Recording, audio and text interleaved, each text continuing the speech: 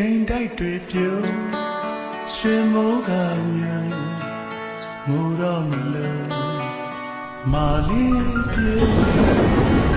မိုးစလေးတွေပွဲပွဲကြလေအဝါစဒီကလေးတစ်ချောင်းသူဆောင်ခဲ့ဘူးလေလာဝါစ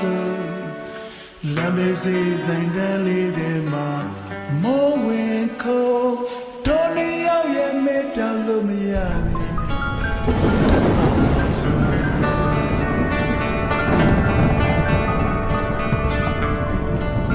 ချစ်ပြုံးဤချိုး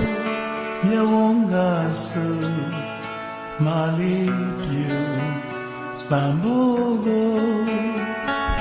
ပုံရပန်းရခုပေးခဲ့တဲ့ဝါစချစ်လို့ချစ်တဲ့ပြောခဲ့ဘူးကလာဝါစမမလေးတနခါပြ